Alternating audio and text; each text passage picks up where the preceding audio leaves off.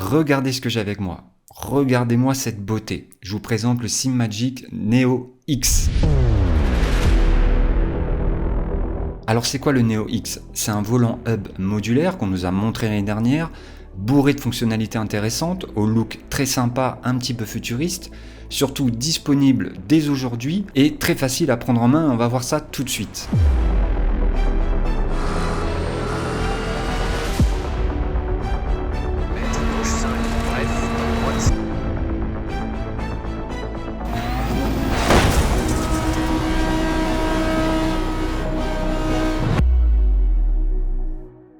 Yo tout le monde, j'espère que vous allez tous très bien, ravi de vous retrouver pour une nouvelle vidéo, bienvenue dans mon nouveau décor. Aujourd'hui on va parler du dernier né de chez SimMagic, le volant Neo X. Et avant tout, grand merci à TechHouse, le distributeur réunionnais de produits SimMagic à La Réunion. Comme d'habitude, ce test est neutre, on a vraiment testé le produit dans les mêmes conditions que les autres produits qu'on teste sur la chaîne. Ni le distributeur ni SimMagic ont un droit de regard ou de modification sur ce que je vais dire sur ce produit, mais on va pas se mentir, c'est de toute façon une masterclass encore une fois de chez SimMagic, et à part quelques petits détails, c'est vraiment un investissement qui ne vous décevra pas. Droite, racorde, ouvre, 50 mètres. Gauche, léger, 60 mètres. Alors la première chose à savoir, c'est qu'il peut être utilisé sur une base SimMagic grâce à sa fixation rapide, mais vous pouvez aussi l'utiliser avec n'importe quelle base volant d'une autre marque en le connectant à votre PC avec un câble USB et en utilisant le Quick Release, la fixation rapide. C'est le principe de la gamme Neo de chez SimMagic qui, en plus de son ouverture à toutes les autres marques de par sa conception, la gamme se place à un niveau tarifaire légèrement en dessous des produits haut de gamme de chez SimMagic, mais sans trop dégrader la qualité. Donc c'est un volant sans roues, c'est vous qui allez choisir là ou les roues pour compléter votre volant. Vous allez donc pouvoir l'adapter à tous les styles de gameplay, rallye, touring, GT3, monoplace. Et la deuxième chose que vous avez à savoir, c'est qu'il est UP+, donc modulaire et upgradable selon vos envies et vos besoins. Par exemple, le GT Neo ou le pédalier P1000 sont eux aussi UP+. Alors oui, pour ceux qui possèdent déjà un shifter boîte de vitesse, on n'a pas forcément besoin d'un hub, on peut monter une roue directement sur le Quick Release de la marque de la base de son choix, ce qui est mon cas, mais du coup on n'a pas de bouton. L'utilisation d'une boîte à boutons, d'une button box en anglais ou d'un hub va nous permettre d'avoir des contrôles en plus. On pourra plus facilement contrôler des éléments comme la navigation dans les jeux, et surtout on aura directement sous les doigts des fonctions en roulant comme activer les essuie-glaces, klaxon, réglage ABS, réglage traction contrôle, répartition des freins, climatisation et allume-cigare. C'est de toute façon un produit que j'attendais dès son annonce. Par le passé, j'ai testé les hubs de Fanatec.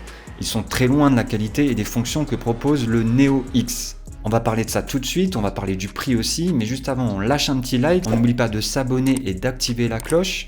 Merci à tous pour le soutien de la chaîne, vous êtes incroyables. Et pour ceux qui sont déjà abonnés, c'est la première vidéo dans mon nouveau décor suite à mon déménagement. J'avais prévu de vous le faire découvrir, mais l'actualité n'attend pas, donc on va parler du Neo X avant tout ça.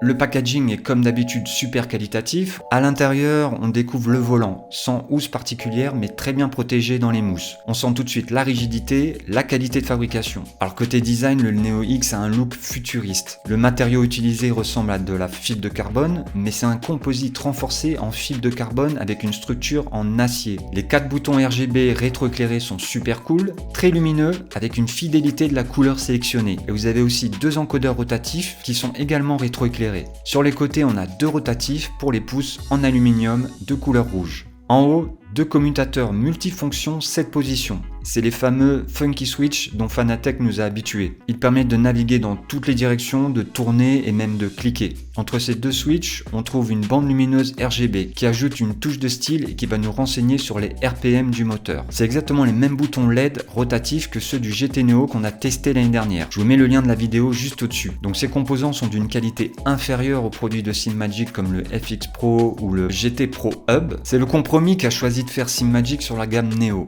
pour réduire le prix de vente et rendre accessibles leurs produits à toutes les bourses. La différence est surtout sur le clic des boutons qui sont légèrement plus longs et sur la qualité des pièces utilisées sur les boutons rotatifs. On a une série d'autocollants, des stickers à coller sur les boutons pour personnaliser les fonctions de vos boutons et un petit outil pour parfaitement les coller. On a également la petite notice qui va bien, écrite en anglais. Tout est personnalisable dans le logiciel de SimMagic qui s'appelle Sim Pro Manager. On devra installer ce logiciel qui servira aux mises à jour. On pourra ensuite utiliser le logiciel SimHub pour encore plus de personnalisation et de fonctionnalités sur l'affichage de la télémétrie. Il n'y a aucun petit écran pour accéder à ces réglages depuis le volant ou faire des réglages de la base SimMagic. L'installation d'une roue est simple grâce au modèle de fixation standard en anthrax de 70 mm.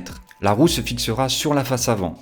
L'espacement généreux entre les boutons et les molettes permet de monter différents types et tailles de volant. Et on va recouvrir le moyeu du volant avec le cache de SimMagic. Un cache en plastique mais élégant avec le logo de SimMagic. Les vis à tête fraisée fournies rendent la finition de l'installation impeccable. Certains volants comme ce volant Porsche n'ont pas besoin de ce cache. J'ai également réussi à attacher une roue tulipée par l'arrière par l'intermédiaire d'un spacer avec un spacer de 20 cm. On ne peut pas utiliser le MagLink dans cette configuration mais un câble USB classique. Mais avec un quick release de SimMagic en 70 mm, vous serez connecté directement sans fil. J'ai pas eu le temps de tester avec un volant plat. En installant de cette manière, cela ressemble au module de Pokorny ou le module Rally de Fanatec. Personnellement, j'adore cette configuration qui conviendra mieux aux roues tulipées mais sans pouvoir fixer les palettes. Et justement, les palettes de changement de vitesse. Elles sont modulaires aussi. Vous pouvez acheter le hub sans palette ou choisir parmi 2 modules. Vous avez même différentes formes de palettes et de matériaux pour personnaliser votre ressenti. Le packaging de la boîte des palettes est très réussi lui aussi. On dévisse les caches et on peut venir connecter les palettes et ensuite les fixer.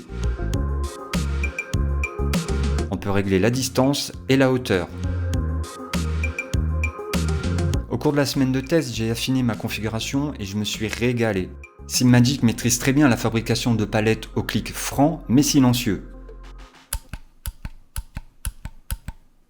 Moi, ça me convient parfaitement. Il y a également un autre module qui a les palettes classiques et les palettes d'embrayage analogiques, qu'on aura peut-être l'occasion de tester plus tard. Donc ce volant, on peut l'utiliser sur n'importe quelle base en USB. Un câble USB classique peut vite devenir gênant quand vous tournez le volant. C'est là qu'entre en jeu l'accessoire MagLink. Le MagLink est astucieux, il utilise des aimants pour maintenir la connexion avec des contacts pour les données. C'est une plaque arrière que vous remplacez facilement. Une fois assemblé, il se connecte via un câble USB en spirale qui tient bien en place.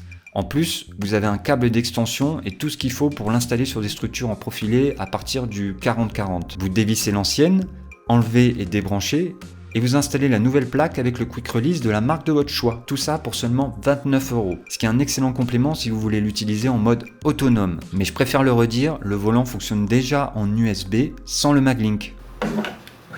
Fanatec QR1, Fanatec QR2, Trustmaster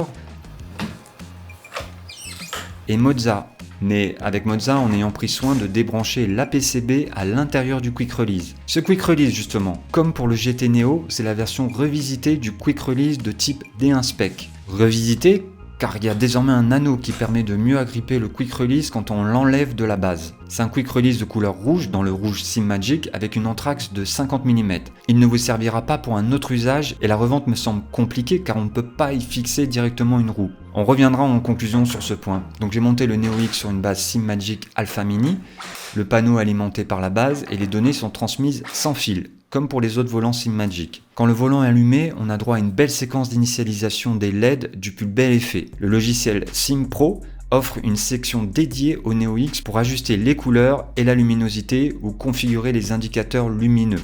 Les lumières RGB réagissent également aux données du jeu. On va pouvoir configurer les drapeaux, l'ABS, quand on est dans les stands. Si vous utilisez les modules de palette avec embrayage, vous pouvez régler le point de friction dans le logiciel. L'interface est facile à naviguer et les pré-réglages peuvent être sauvegardés. Quand il est connecté en USB, vous pouvez utiliser SimHub pour configurer les boutons rétroéclairés, changer les couleurs ou configurer la télémétrie avec un plugin comme celui de ATSR quand il sera disponible. Avec SimHub, vous avez accès à des options étendues de télémétrie. Une fois ajouté dans SimHub, vous pouvez assigner les effets souhaités. Par exemple, les lumières des boutons peuvent signaler la présence d'une voiture sur les côtés en clignotant. Quel que soit le type de voiture que vous roulez, la configuration est quasiment infinie. Le poids supplémentaire du hub ne m'a pas gêné. L'espacement du Neo X est assez confortable et ne gênera pas la majorité des volants.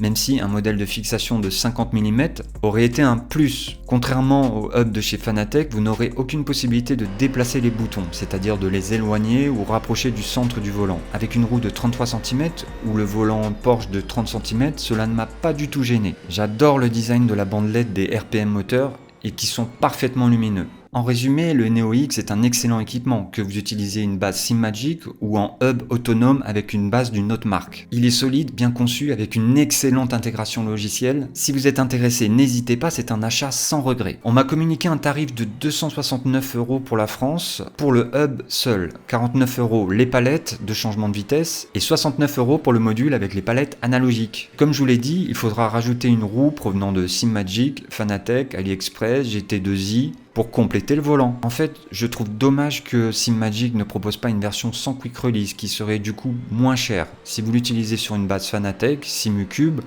ou ce que vous voulez, le Quick Release ne vous servira à rien. Bien sûr, vous pourrez toujours espérer le revendre sur le marché de l'occasion, mais vous payez en plus pour quelque chose que vous n'allez pas utiliser, c'est dommage. Donc voilà, je crois qu'on a fait le tour de ce produit que j'aime beaucoup, merci d'avoir regardé. Vous avez constaté qu'on est dans mon nouveau décor, alors je vous montrerai tout ça dans pas longtemps. J'ai maintenant 2 châssis, un pour le test, un pour l'immersion, plein de nouveautés, une nouvelle version de la pédale active, un système de lumière dynamique Ambilight Do It Yourself qui est installé juste là, des nouveaux tests aussi sur des bases des volants, bref plein de choses qu'on va parler ensemble très bientôt. C'était Julien, Realistic Sim Cockpit. Allez, salut!